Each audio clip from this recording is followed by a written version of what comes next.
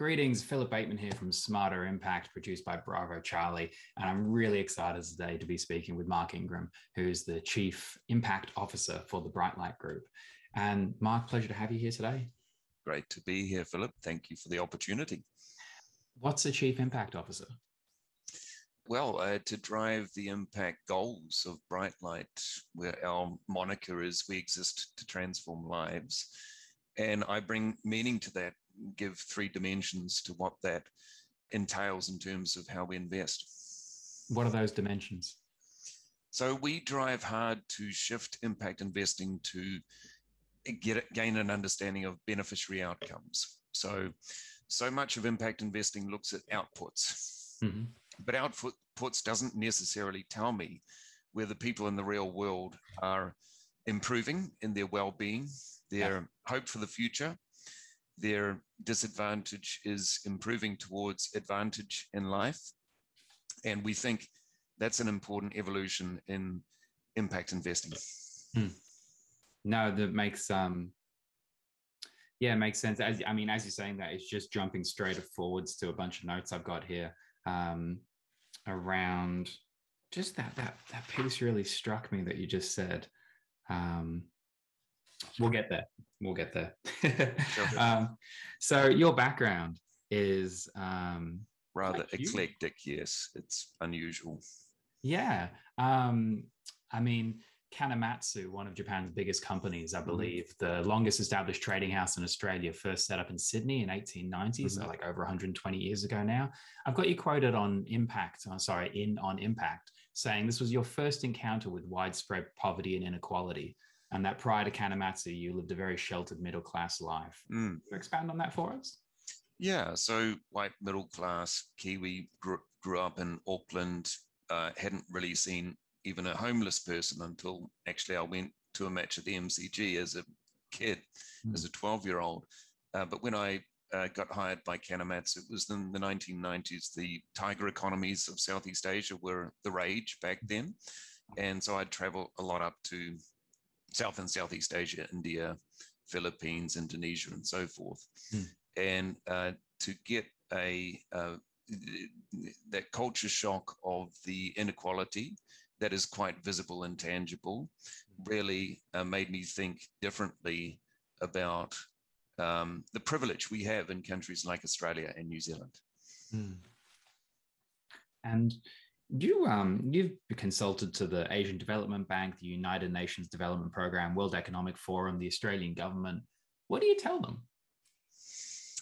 That business needs to drive the solutions to our challenges for people and planet, that business can drive scalability, that profit's not a dirty word. Profit is amoral. It can be used for moral good, or it can be used immorally, as we've seen with the Pandora Papers, Panama Papers. It can be used to evade tax systems, but we can also use business to drive change. And how have you been seeing business drive change? What are some of the things that? So back in the day, 2008, the UN launched what they called the Business Call to Action, Philip, and that was to look at core business value chains, how you employ, how you recruit, how you procure goods and services, how you manufacture in an inclusive way. To look at how your business footprint can benefit marginalized communities. So inclusive business enterprises was my push at Business for Development, an NGO that we built, and very much focused on scalable solutions by using the profit driver to create change. And specifically, what sort of things have excited you? Like, I know there's this, or not to sort of quote your celebrity status in relation to the cotton on thing you developed, but what sort of processes and structures have you seen put in place that really make you go, oh, here's a good example of what I'm talking about? And the cotton example is a good one, Philip, because in 2012, I think it was, the Rana Plaza collapsed in Bangladesh, and we were all horrified at the working conditions of people in garment manufacturing. And so the impulsive response is to think about doing no harm, and that's really important, and to improve construction and living conditions of workers. Yeah. But how do we pivot that to doing positive good? And what does it mean to go behind the factory to think about how they get the supply of goods coming into the factory? So not only the workers, but also farmers that supply factories get a better deal. So we actually built an integrated supply chain with Cotton On, going to Kenyan farmers in the field to improve their access to global supply chains, which have doubled the income of 10,000 farmers. And it's a good little illustration of it takes a long period of time. It's been 5 to 10 years in gestation. So impact investing and inclusive business is very much about a game of patience, but also that the willingness of a few key executives can make a world of difference. And we saw that in that project. So it sounds like you were doing impact investing before it was a term in vogue. Well, yeah, we came across a partnership with IFC, the International Finance Corporation, because we were looking to finance a ginnery, and we didn't have the budget to do that. But IFC came in and said, with the guaranteed offtake of Cotton On, that would be the security by which they could help finance the ginnery, so that the farmers are not producing merely cotton, but lint. Lint can be sold to international markets, to garment suppliers. And so a ginnery isn't a gin distillation plant. No, it basically combs and orders and sorts and bales cotton, so it's in a workable form for manufacturing. Excellent, because I was looking at it, I'm like, I don't get the link. How do we go from cotton to gin? It seems like a strange thing to set up, alcohol distribution.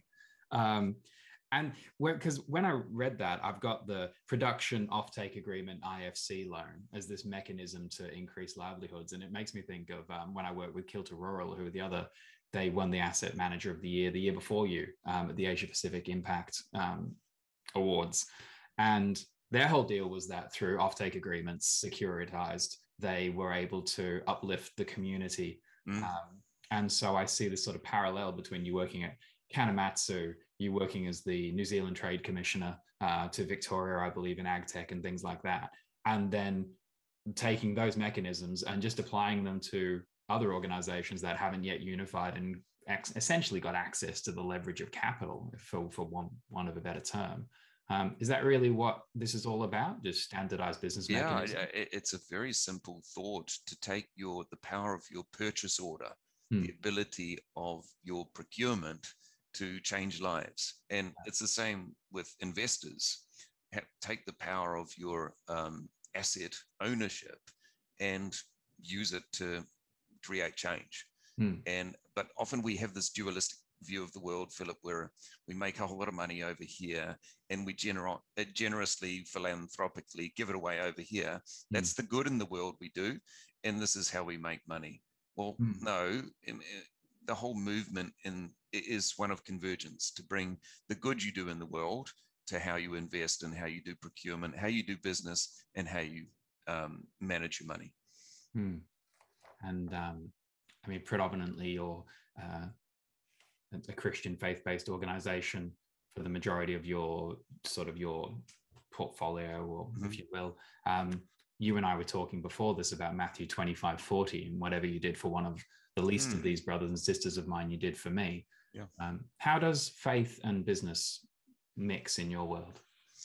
Yeah, so we serve multiple clients. So it's not that we're seeking only faith-driven investors, but our personal motivation is to make a world a better place, because we are commanded by Jesus to take care of the least of these. I mentioned at the start of the call, we exist to transform lives. Transformation needs to happen most at those who are most marginalized. And so the least of these is a really important phrase for me, because we've mapped the world now with the SDGs, and the UN every year can tell us what countries on earth are heat mapped red. And even in Australia, we know that climate's heat mapped red compared to other indicators. So we can think about the least of these and the transformation through the lens of the SDGs heat map, to say, well, that's where we need the most attention in terms of how we do investment, how we do business. So how about the argument that we need to take care of ourselves first? If we're focusing attention on the bottom end, will the middle just magically get it right? Is there enough attention to go around? A really good example of that point is our own First Nations communities, Philip, have indicators just as acute as the emerging markets that I've spent most of my career working in. And so the Foreign Aid Agency of Australia and New Zealand have committed to blended finance instruments, but what about blended finance for First Nations communities? One of our clients is First Australians Capital, that are helping Indigenous entrepreneurs, and they're trying to raise capital in the market now through blending forms of philanthropic market rate investors. And you're right, it's really important we look domestically to where that marginalization exists, not just where we see it overseas.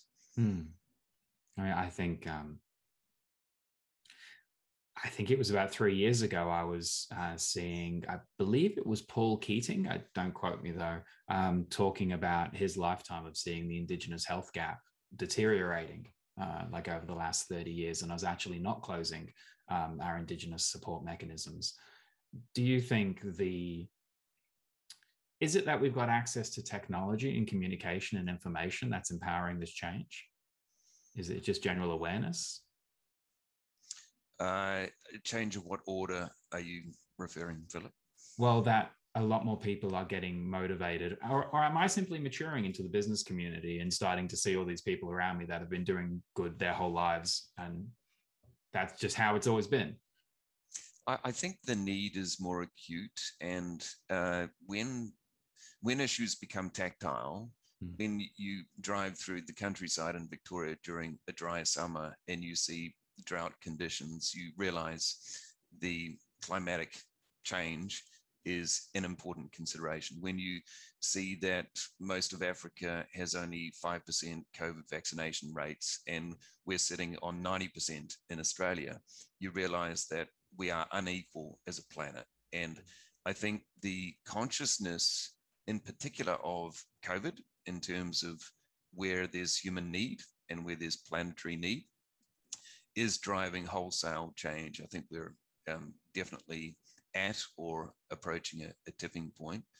But, you know, we got to make this tactile. And often in my NGO, I take business leaders to the highlands of Papua New Guinea or into the interior of Indonesia to see what their own supply chain looks like. Sometimes. So that tactility is really important. And sometimes the investor community in boardrooms and sitting in front of spreadsheets doesn't make that connection. And I think that the human interface is really important for impact investing to grow and mature so that we experience what the other side experiences. Yeah, beautiful. I mean, I know I met with Wells Trenfield like 5 years ago, who's the founder of Jasper Coffee. His whole deal has been that they go to the farms all around the world, they meet them, they have direct one-to-one communication with them, and they just consistently source their beans from the farmers, and then they pay the farmers and they manage the supply chains and things. And it's such a beautiful example of choosing different choices. I mean, and you realize through doing that, Philip, we live in forms of poverty that they don't. So poverty of community, poverty of togetherness, poverty of spirituality. We may have material prosperity, but in that transaction of interfacing with those communities, I think we gain more than they do in the process. All we have is money, all we have is supply chains. They've got a lot more. Yeah, wow. Yeah, I was talking about rites of passage last night and male fraternities and things, and it just changes in the air, and the need, really, the lack of spirituality, the lack of rites of passage, bar mitzvahs and bat mitzvahs from my Jewish friends, and bringing their youth into community and saying, welcome, this is now what you're responsible for. It was being contrasted to me last night where somebody was like, what, you're going to go look after your mother in India? And the guy was like, yeah, I mean, what else would you do? And there's so many different ways to look at the world, those lenses. Can you tell me about Te Puna Hapori? Excuse me about the pronunciation there. But what is it? How do I pronounce it? Yeah, Te Puna Hapori means wellspring of life to communities. So Te Puna is spring, Hapori means community. So we see a need, and this is a New Zealand fund, for capital to move to small town provincial New Zealand or into Maori Pacifica communities. Again, heat mapping New Zealand for where the least of these that have the greatest potential on unleashing their human creativity and potential exists. So it's an asset-backed debt finance fund that will support community infrastructure where capital doesn't move out of the cities freely. It's sponsored by Trust Waikato, which is one of the big trust funds that exist up and down the country. And so like a lot of our projects, we form a partnership with a sponsor and design the product. And we're literally in the market launching the first few deals, which will be in the Hawke's Bay region with Ngāti Kahungunu, which is a large iwi trust that have completed their Treaty of Waitangi settlement recently. And so there's a huge amount of visionary ideas they have to use business as the solution to where their community needs for flourishing exist. And I've got here community-driven, community outcomes focused with market rate returns in that order of priority. Yeah, very much so. We start by listening to the communities. So again, back to the illustration of going to farmers, understanding their needs to participate in supply chains. We'll go to the community, listen to their needs, adapt the financing around their needs, because often the power is in the investor saying, well, you need to meet my criteria for a certain rate of return over a certain period of time with a certain amount of risk. Well, no, let's get the investor to meet the criteria of the community. This is what the community needs. Now we're going to match the investor to that need. So when there's a risk of, and this is essentially just like a pure money question, when there's a risk of lower than market rate returns or losses, when you look people in the face with a lot of money, arguably, and say, do this, and they go, well, what's the risk? And you're like, could blow up or you could take a hit. What does that conversation go like? That's why impact investing is all about building the right actors on the stage, or the right pieces on the chessboard is the way I prefer to think about it. So we're looking at financing SMEs in Asia, and they're high risk from a credit profile. But we have the good faith of US Treasury coming in to say, through what's called their Development Finance Corporation, we'll guarantee up to half of the entire portfolio. So downside credit protection for investors can sometimes be the trigger to have them say, okay, that looks fine. It's looking more like sovereign risk than risk of moving capital straight into the base of the economies in Asia. So you bring in the US government as an actor, and then the Australian government brings in some soft funding support, and then development finance institutions come in with concessional funding, and then the market rate sits on top of that. So you've got all these pieces of the puzzle, and that's what's so exciting about impact investing. You can be a designer, you can be creative, you can move the pieces on the board and create a solution. So these financial products, are they really occurring as a result of impact investing as a genre, rather than, debt instruments and things that were created arguably for profiteering? I think so. You start with an impact thesis and you build a solution around that. If you didn't have an impact thesis, you wouldn't create these blended funding solutions. So problem identified, and then you ideate around the solution. That's the sequence typically. I'm sort of thinking through the answer to this before I ask it, though I've spent a lot of time, I've grown up hearing about how the banks are the holders of community, if you will. That seems to be an angle they like to lean on. And regarding Te Puna Hapori, community infrastructure investment opportunities that were not serviced by the financial system. So, it's one of those interesting things to me. If the banks hold all the money, but there's all these bits of community that just fall outside what the banks are going to touch, Yeah, that because banks have their criteria for lending. And if you're a community organization, you may have served your community for 20, 30 years. So in the eyes of the community, you have deep track record, but in the eyes of the bank, if you don't have a repayments history, or you haven't taken on board a loan previously because you haven't gone to finance the expansion of a facility, you're an unknown quantity to the banking system. So we need to solve for that by figuring out how we can bring capital to organizations that have got deep community influence and credibility, but not financial credibility. And I'm not saying that they're poorly governed. Often they're exceptionally well governed, but they don't hit the checklist when the banker comes and says, here's my 5 criteria. So fundamentally, anybody can empower themselves relatively if they have access to capital. And there's a lot of people around that don't have access to capital. And I know getting more people with capital to realize they can be that activist player is something you're really excited about. Yeah, absolutely. I hosted Muhammad Yunus in Australia a few years back, the Nobel Peace Laureate from Grameen fame. And he said that access to credit should be a basic human right. Why isn't access to credit in the Declaration of Human Rights? Because it is that simple leg up that we all need, businesses need en masse. And if business is the solution to poverty and the need of businesses access to credit, then we're excluding the majority of the world's population from what should be a basic right. So for people who want to get into this, what will your message be out there to other corpuses or other large scale? Start small. I asked a similar question to Yunus when I hosted him in Australia. I said, what would you like to get out of your time in Australia? What would you like to seed? And he says, find one homeless person or one person who's addicted to alcohol, drugs, and figure out what a business solution might be for that person that taps into their potential. It might be a band, there might be a musician, there might be an artist, whatever it is, partner with them, figure it out for one, and then replicate it. So always start small.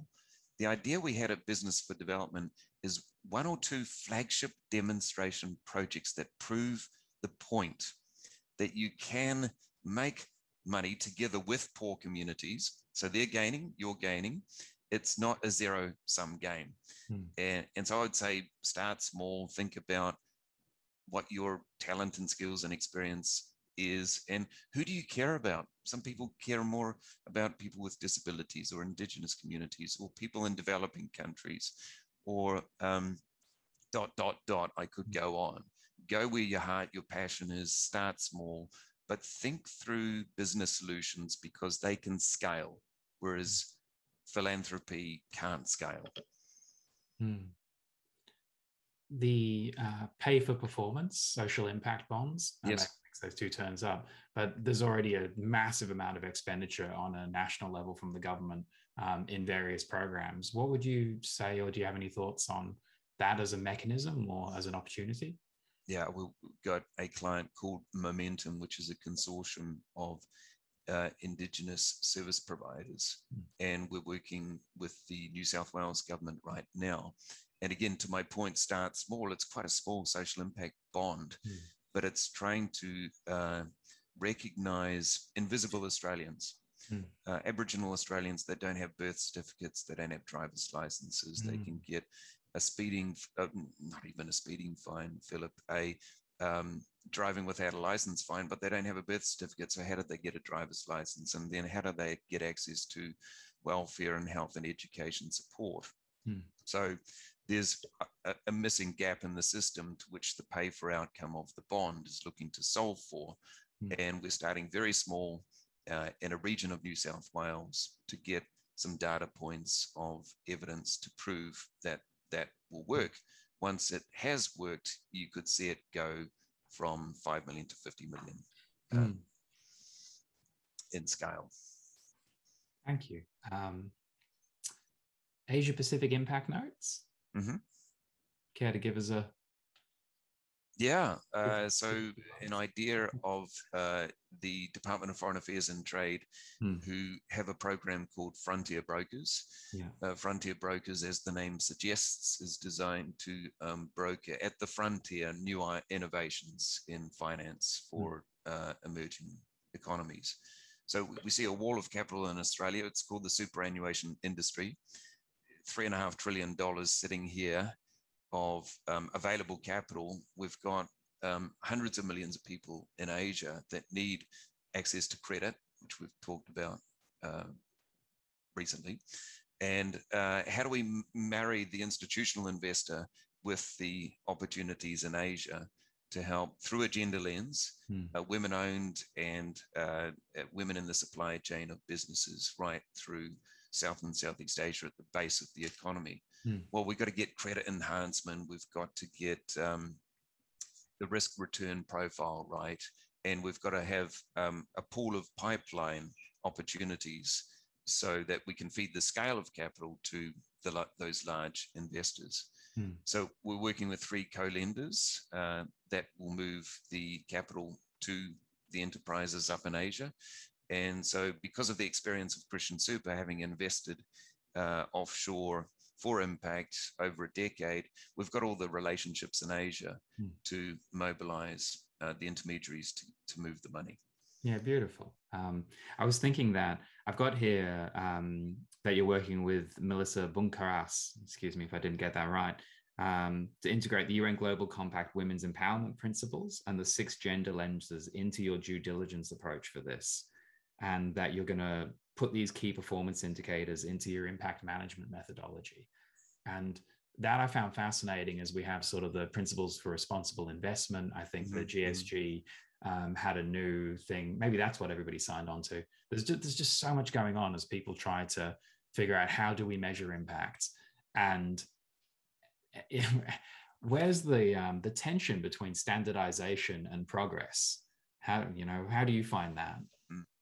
Yeah, and you can fall into the trap of setting up standardized KPIs and working with known frameworks rather than thinking what's really required here is to understand, are women's lives improving? It sounds like a very basic question, but have you built in feedback loops to the way you invest so that you hear back from the communities to which you want to benefit?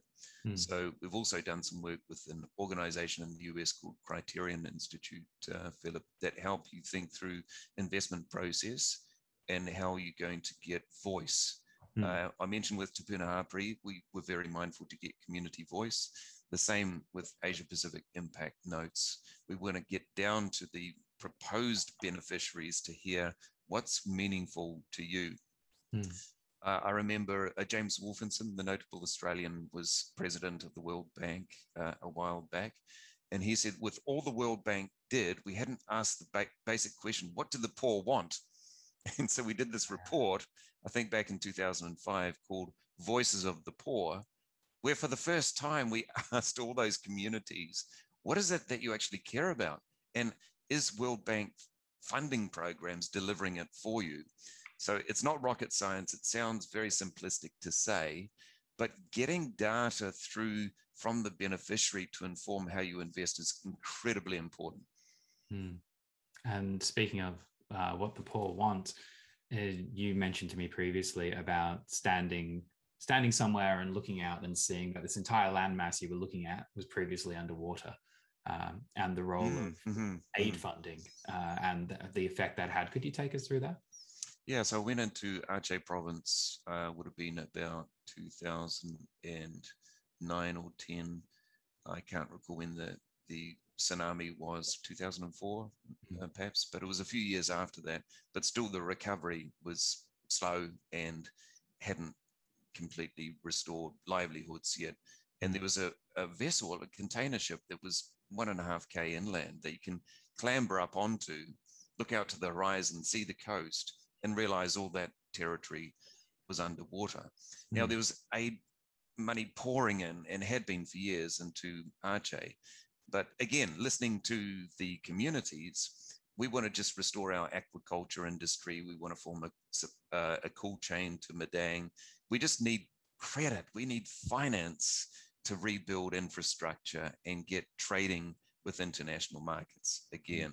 And it's an indignity for us to receive aid because we're capable people. We can find our own way out of this, but we just need the access to credit, which is so often the impediment. On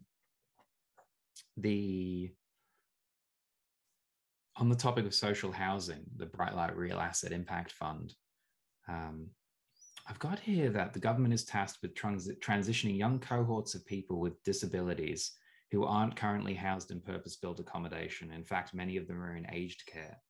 That surprised the hell out of me. Yeah, or crowded living conditions where they're not given privacy, or and often that's the immediate delight of someone coming into a purpose-built home is, I remember a guy who set up his stereo and was in tears that he could turn on his own music and just sit in his own living room and listen to what he'd like to listen to. These are things we take for granted, right? You and I do. We have our ability to be independent and have our privacy. But yeah, there is a vast demand gap in the market to empower people to live independent lives. What surprises you the most? The entrenched vested interests that resist change. Money is managed by, and here I am sitting here as a white middle class person saying this, but it's predominantly managed by those who hold privilege, those who have power, and they don't let go of it easily. And the resistance that you see in trustees of foundations or members of boards or investment committees who preside over these decisions is quite profound, often under the guise of protecting wealth, right? We need to be conservative about our decisions, but they don't really test the thesis that there is no trade-off between impact, amplification, and return impairments. It's a myth. It doesn't exist. You see that in sustainability funds. You see it in ESG and in investing, that there's no performance impairment, and yet the vested interests hold the money from moving to deeper impact and don't frame policies and processes around pursuit of impact, which astounds me, frustrates me. I mean, I'd argue it's risk averse. It's more of a risk to not be moving into this space with the way socialized. I think so. Your reputation risk, and even legislation's changing. Like in the UK, I saw a case where part of the Anglican Church was being sued by its members for not investing a corpus fund to social and environmental needs. So they were doing traditional investing, not even looking much about avoiding harm or benefiting stakeholders or contributing to solutions would be a revolution in thinking. And the charitable purpose extends to prudent investing principles. And it's prudent to take in mind what the climate needs are. It's prudent to understand what social needs are. And I think you're right, Philip, there'll come a day where it's higher risk to stand still and stay doing traditional investing than it is to change. And I mean, is that more an outcome of the fact that a group of people aboard per se, who sit on a large amount of wealth, go out to a traditional investment manager with a track record of 100 years because they're trusted, and then those people are going to guarantee, if you do this, you'll be safe. And they go, well, as long as we're safe, we can go and do what we want. Because essentially, to become innovative, entrepreneurial organizations who are at the forefront of social change with new innovation, regardless of whether the US Treasury is backing you up or not, that's a whole different game to being a church. Yeah, well, and church is a good metaphor and analogy too, because the more you institutionalize, the more you ossify, and you don't create change anymore. And the same as with any institution, be it commercial or or in a church setting. We see large denominations resting on their laurels and congregations disappearing, right? Because they're not continuing to innovate. And yeah, innovate or die is a moniker, I think, that needs to be writ large over the investment community. Yeah. So what are you doing to shift the needle? Oh, I like to agitate and poke the bear, Philip, where I can. And so we're doing a series called Journey to Impact workshops.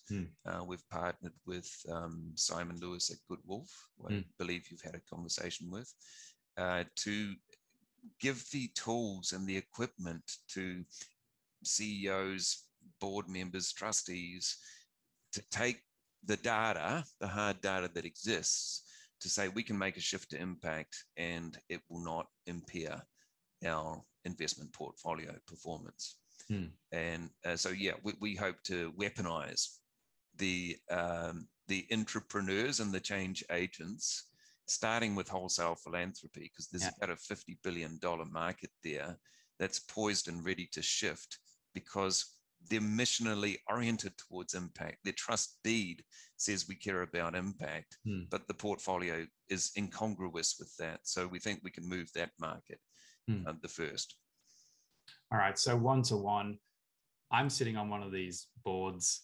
I believe you. I've drunk the Kool-Aid. How hard is it to actually start creating change in the way you're saying? And what aren't you telling me?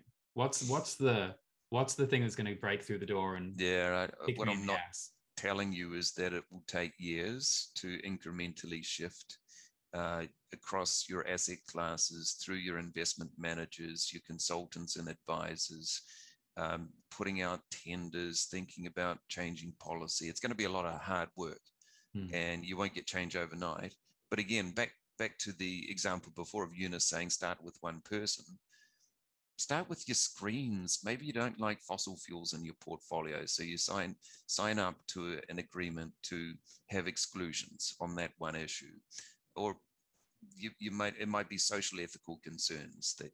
So start small, and then think about sustainability funds and managers, and then think about impact investing, because you might need a bit of socializing and adaptation before you get to the core impact investing work, which is really complex and nuanced. And sometimes it's better to take the journey and allow the lapsing of time to get everyone more comfortable with impact investing. And in the ethos of prodding the bear, why do anything? Everything's fine. Yeah. Well, we've got a North Star as a planet. It's called the SDGs. By 2030, we've set goals on what we think is a human flourishing definition and living in harmony with the planet. And what we've seen with COVID, how disharmony with the planet can cause a major pandemic when we intrude into ecologies. But yeah, so there's a North Star that exists. And why shouldn't we, I think, is the more appropriate question. And we now know it's high risk to not move towards the North Star, and do all we can to have an equitable planet where we can.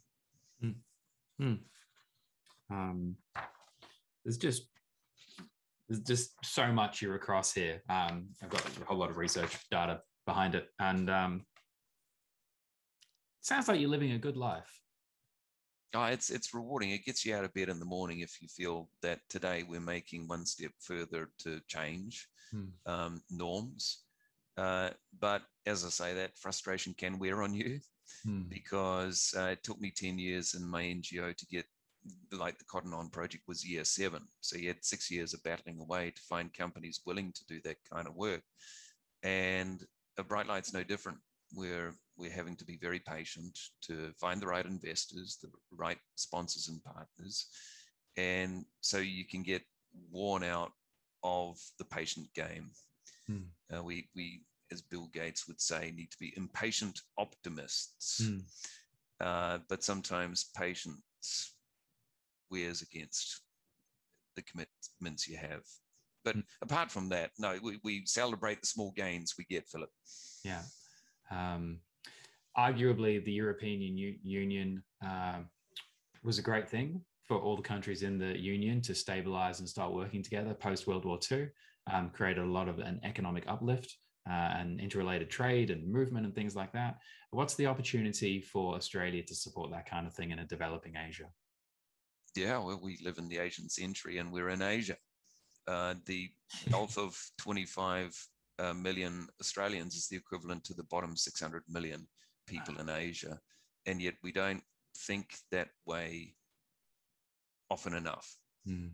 And so, yeah, I mentioned before tactility, taking time to travel. When we can return to travel next year and get off the beaten track, don't just go to Bali beaches, but go into communities and places to understand that this is our community, this is our neighborhood, and people that we should care deeply about, because they will define our own future, our own geopolitical and economic prosperity relies upon our near Asian trading partners.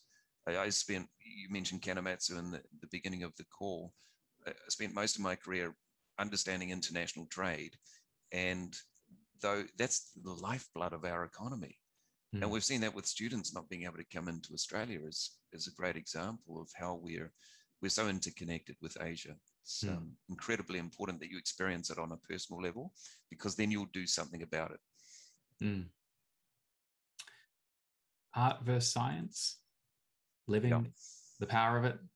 Are people, are finance people traditionally on the science end and could do with a bit more art, and other creatives need a bit more financial nous?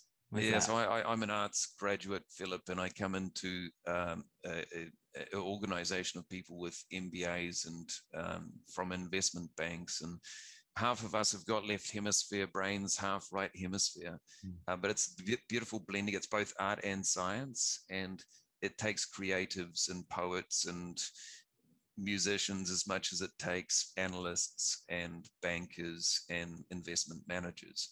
So it's the fusion of the two, as long as we don't kill each other in the process of the different personalities that we bring into the room. But yeah, art plus science equals getting the outcome right. I'm biased towards seeing the Murdoch media in Australia being a bit of almost like a cancer, if you will, in the popular zeitgeist.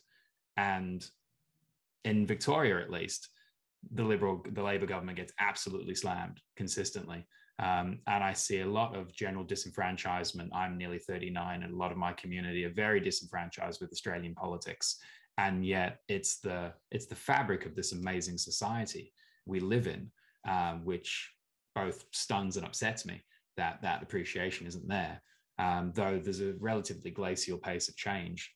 We won't even talk about climate change. And business moves much faster. You guys are out doing what you want to be doing. What do we need as a country? Do we need to embrace and shift our politics? Do we need to forget about it and just steam ahead with business and let it catch up? This dichotomy, it needs to be healed in some way for us to go forwards. And I heard the saying a few years ago, culture is always upstream from politics. So, and I think change starts within our own communities and then percolates eventually to how politics and politicians think and make their decisions.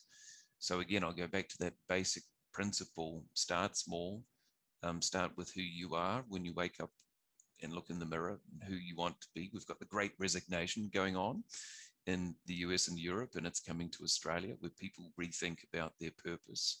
Well, if you can start changing how you think and behave, that influences your local community, your family, your culture, and that's all upstream from politics. For people in the superannuation game, what would your call to action be? We're seeing encouraging signs there too, Philip. Some of the largest superannuation funds in Australia are thinking about impact investment products that would surprise me even 12 months ago. So look, think of impact as multi-asset class So the tradition has been to think of impact as private debt and private equity. So in your alternatives allocation, which can be quite small, yeah, but what about property as an asset class? You can do disability housing. You can create communities of well-being through build to rent if they're designed to help togetherness and improve mental health. So look at all of your asset classes. Look at your public listed equity stocks and corporate bonds that you own, and think about how they align to the SDGs, and ask your funds for data on net positive alignment, and start selecting in the deal universe stuff that aligns most to what makes the SDGs get progressed. So again, just like trust and foundation, start small, think multi-assets, and as long as there's an energy and willingness, there's a lot that can be done. So it sounds like whatever people care about, they can look at it, and then there may be a mechanism already that's going to allow them to enable that with access to capital. It's no brainer that for a health worker fund like Hester, they're going to care about health issues. For university funds, they'll care about education. For CBUS, they'll care about building and construction and property and real estate. So whatever your constituency cares about, it's not rocket science again. Think about how you align impact with what your members care about, and listen to your members, survey them, ask them, what would you like to see in your super fund? Rather than making them passive recipients of annual reports of their returns, make them active participants in shaping what you do. Yeah. And I mean, to not sound too pitchy, but it sounds like that's exactly what the Brightlight group are here to do, is to help people on that journey. That be the case? Yeah, for sure. We'd pitch a product and an idea to suit your constituency, and hope that you'd give us the airtime to at least think about it, because we do plan on offering market rate solutions, and often that means blending donors and concessional funders. But we understand super funds need market rate returns. That's granted. And I think you sent me a document last week, Philip, that said 67% of investors want market rate. Well, that sounds even a bit low. I thought it would be higher than that. So we've got to meet the market where the market wants to be met, but don't dismiss it out of hand without looking through the architecture of a blended solution and come up with a carefully thought out response. Maybe that does have the risk and return profile we can commit to. Talk to me about finding faith. Yeah, so I didn't grow up Christian at university. I mentioned I did an arts degree in philosophy, psychology, sociology, Japanese culture, all sorts of exotic and interesting papers. And for me, it was a process of discovering.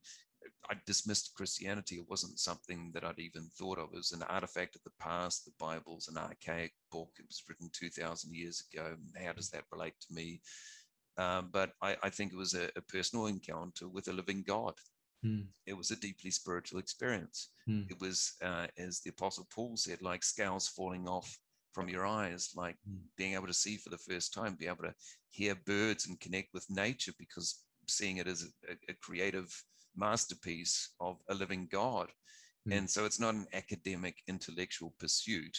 It's God, if you're real, I want to know that you're tangible and real. And so there was a very personal set of experiences that made that real to me, Philip. Thank you. You're welcome. In our research, we couldn't find anything about your wife, and you told me about managing a social justice champion. Could you touch on that? Oh yeah, very much a social justice crusader. So Nikki's heart's been for, we used to go out in the city and there'd be a homeless person. She'd stop, go to an ATM, take out not a small folding note, 2 big folding notes. And so she's got a real heart of compassion, and that's driven her for a number of years. I haven't also told you, Philip, that we've got 2 autistic children, and they require special care and attention, and she's poured her heart and soul into them. There's a word in the Bible called agape. Agape means love, but it means self-sacrificial love. And to us, the greatest, Jesus said, the greatest love you have is to lay your life down for others.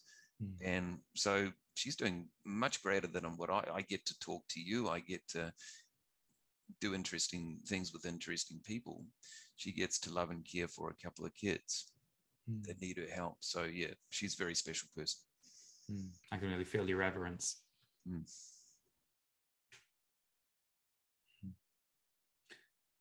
Is there anything we haven't talked about that you'd like to mention? I think we've covered the world, Philip. I don't think there's too much more, but as you can tell, justice is the pervading theme of all that I do. If I had to encapsulate it into one word, it would be there's a lot of injustices, so we should fight for justice. And money and wealth and investments one way. It's actually a tool you can pick up to fight for justice. Thank you so much for your time. It's been a real pleasure. No, you're welcome.